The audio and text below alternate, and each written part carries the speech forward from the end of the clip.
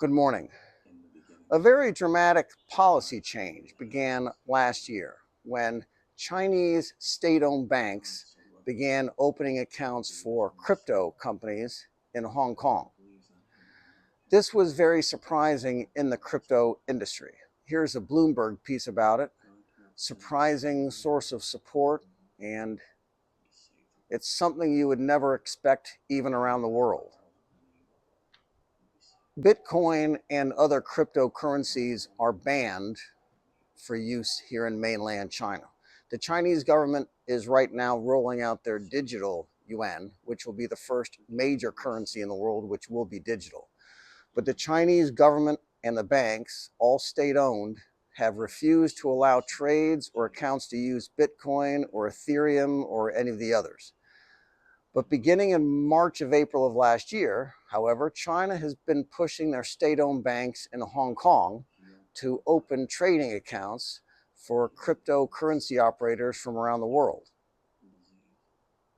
China's political leadership in Beijing and their banking system didn't wake up last spring as born-again libertarians or anarchists, which is what many of the crypto users are. But what they did wake up to was a new sense of urgency to get as many of their trades, their business exposure, out of the US dollar and out of the Western banking system. Using their banks in Hong Kong to handle crypto markets is going to have huge long-term consequences and benefits to China's banks in Hong Kong and probably Chinese factories here on the mainland. Bloomberg points out again here that trading of crypto is illegal in mainland China. But now that Chinese banks are reaching out to crypto market players, this is a game changer. Users of these cryptocurrencies have always had a serious problem working with traditional banks. Many service providers use crypto for payments to invoice and pay each other without using banks. But when they need to use their Bitcoin, for example, to pay people in a traditional way, they need a bank account to convert their Bitcoin to a fiat currency, such as dollars or euro, in order to pay rent or to pay salaries or taxes or their phone bill.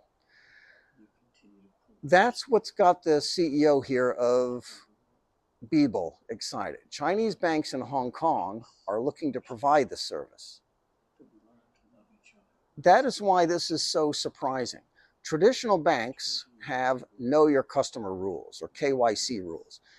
These have severe penalties for banks who open accounts for people who later use them for criminal activities. Crypto is anonymous, which most traditional banks just won't even touch. So crypto companies need to figure out other ways to do their day-to-day business.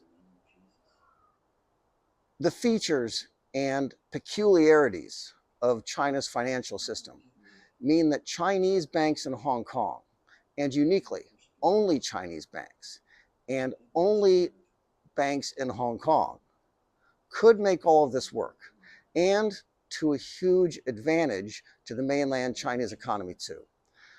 Again, the problem for using crypto as a medium of exchange is the difficulty of conversion into fiat currencies.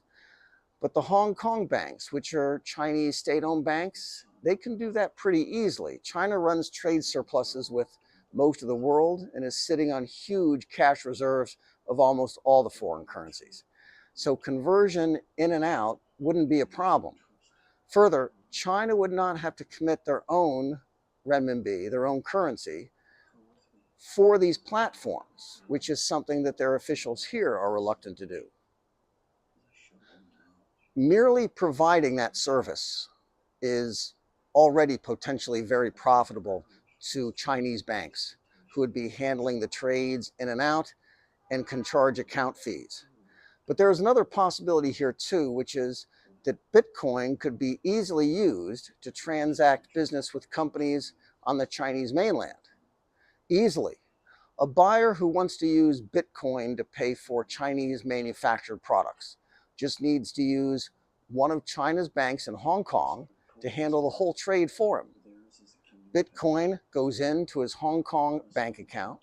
Hong Kong issues the equivalent in RMB to the mainland China factory. It's all outside the US dollar. It's all outside the SWIFT system. And it's mostly untraceable, too. There is about $1.4 trillion sitting in Bitcoin accounts, and added to the smaller ones comes to about 2.6. There's $2.6 trillion equivalent in crypto, but with few outlets for it all so far. This is a huge market, and it would grow a lot faster if a major country is willing to lay the plumbing, let's say, install the pipes and the pumps to make the whole system go. Some of the details here suggest that the Chinese are taking it a little slow, testing it in Hong Kong just to make sure that nothing breaks on the mainland. Assume they do that, and let's fast forward a year. Hong Kong is now a mecca for crypto users from all over the world. A no questions asked banking system with Bitcoin and Ethereum convertible to any global fiat currency easily, and with those Hong Kong banks ready to use the crypto to buy anything produced by Chinese factories. What would that look like if Chinese industries, their factories, their industrial sector, their airlines, their hotels and their resorts, if now they can all accept Bitcoin? Qinghai coming up. Be good.